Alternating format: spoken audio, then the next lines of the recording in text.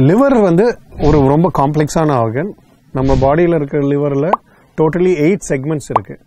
அந்த ஒரு செக்மெண்ட்டுக்கும் தனி ஒரு அனாட்டமி இருக்கு. அதாவது அதுக்குன்னு ஒரு தனி ரத்த குழாய் சப்ளை, ஒரு ட்ரைனேஜ், அப்புறம் பைல், பித்தம்னு சொல்லுவாங்க. அந்த பைலுக்குன்னு ஒரு தனி ஆர்கிடெக்சர்.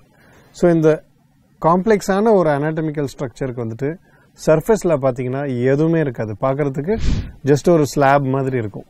ஆனால் அதுக்குள்ளேயே வேற வேற காம்பினேஷனில் ரத்த குழாய் மற்றும் பித்தம் இந்த சேனல்ஸ்லாம் போயிட்டு இருக்கும். லிவரில் ஆப்ரேஷன் எதுக்காக பண்ணுறோம் அப்படின்னு பார்த்தீங்கன்னா மோஸ்ட் காமன்லி நம்ம டியூமர்ஸ்க்காக பண்ணுறோம். ஏதாவது ஒரு கட்டி இருக்கும் லிவரில், ஏதாவது ஒரு பகுதியில் அந்த கட்டியை எடுக்கிறதுக்காக நம்ம லிவர் ஆப்ரேஷன் பண்ணுறோம். மோஸ்ட்லி லிவர் ஆப்ரேஷன் எல்லாருமே ஓப்பன் முறையில் தான் செய்வாங்க. ஏன்னா லிவர் வந்துட்டு ரொம்ப வாஸ்குலரான ஆர்கன். அதாவது அதில் இருக்கிற ரத்த ஓட்டம் வந்து உடம்புல ரொம்ப அதிகம். ஸோ அதுக்கு ஆப்ரேஷன் பண்ணும்போது ப்ளீடிங் பயங்கரமாகும். ஸோ டோட்டலி கண்ட்ரோலே இருக்காது ஆப்ரேஷன் செய்யும்போது. ஸோ ஓப்பன் அறுவை சிகிச்சை பண்ணால் நமக்கு டோட்டலாக எல்லாமே கையில் இருக்கிறதுனால ட்ரெடிஷ்னலி எல்லாரும் ஓப்பன் முறையில் ஆப்ரேஷன் செஞ்சுட்டு இருந்தாங்க.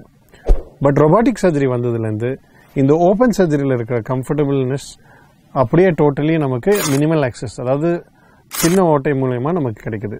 ஸோ மோஸ்ட் காம்ப்ளெக்ஸ் ஆப்ரேஷன்ஸ் நாங்கள் பண்ணியிருக்கோம் லிவரில். ஃபுல் ஹாஃப் ஆஃப் லிவர் எடுத்திருக்கோம், சின்ன சின்ன செக்மெண்ட்ஸ் எடுத்திருக்கோம், காம்பினேஷன் ஆஃப் செக்மெண்ட்ஸும் எடுத்திருக்கோம். ஸோ எல்லா டைப் ஆஃப் ஆப்ரேஷனுக்கும் ரொபாட்டிக் சர்ஜரி வந்துட்டு டோட்டலி கேம் சேஞ்ச் பண்ணிடுச்சு.